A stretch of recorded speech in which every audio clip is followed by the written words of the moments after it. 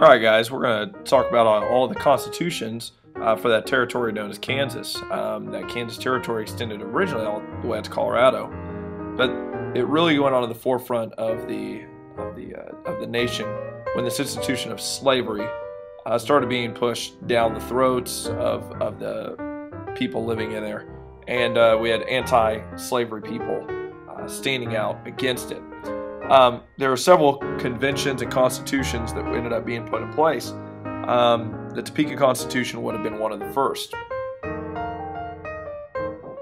Now, each one of these constitutions ends up creating a kind of an issue between the pro-slavery and the anti-slavery movements. Each one of these constitutions that's put in place, starting with the Topeka Constitution, ends up catching the ear and the eye of the United States Congress, and that is ultimately where it's going to be decided on whether Kansas becomes a state, in which case, will it be a free state or will it be a slave state? The Topeka Constitution ends up doing some very crucial things. It does prohibit slavery because it was established by the anti-slavery section of settlers of the territory of Kansas. However, it does eliminate the right of African Americans to vote, and ends up that it also denied the right of women to vote, which was not uncommon at that time, but it still raised some issues. Now, the Lecompton Constitution was done by the pro-slavery advocates in response to the Topeka Constitution and the anti-slavery advocates. They did not appreciate and did not like what they had come up with in Topeka for a constitution, and they decided again on pro-slavery. They decided on anti-African American rights and anti-women's rights as well. So the Lecompton Constitution ends up being struck down because the U.S. Congress doesn't believe it was the will of the people, and they did not believe that everybody in Kansas agreed with it.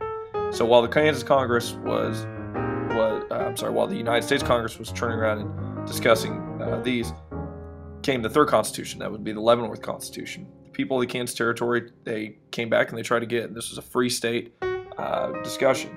The Leavenworth Constitution was most certainly anti-slavery, and it eliminated the word white from the document, meaning now it wasn't just that white men had a right to vote, which was done in the previous constitutions, but now even black men had a right to vote because, again, it was just referred to men.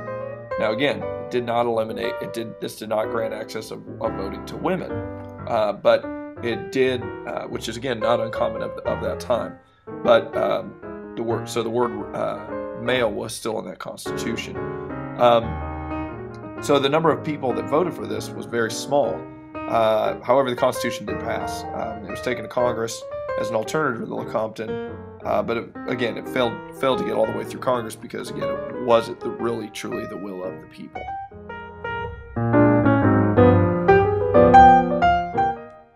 So a fourth and final Constitution Convention took place in Wyandotte, again, current-day Kansas City, Kansas. The Wyandotte Constitution made Kansas a free state.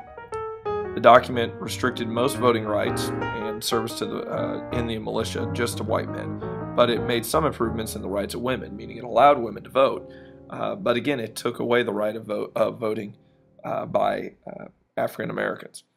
The people of the Kansas Territory easily approved the Wyandotte Constitution, but it did not gain United States approval, like congressional approval, immediately, because the issue was so divisive, meaning it divided people so much on the issue of slavery in Kansas that it couldn't get admitted to the Union until the southern states began seceding or breaking away from the United States just prior to the Civil War.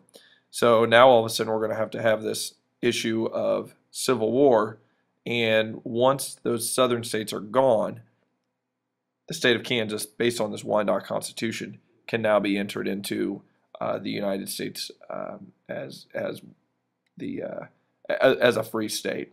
And the flag even in itself says "Admit me free" at that time, and that "Admit me free" was in reference to Kansas at a rally. How neat is that? That's pretty neat.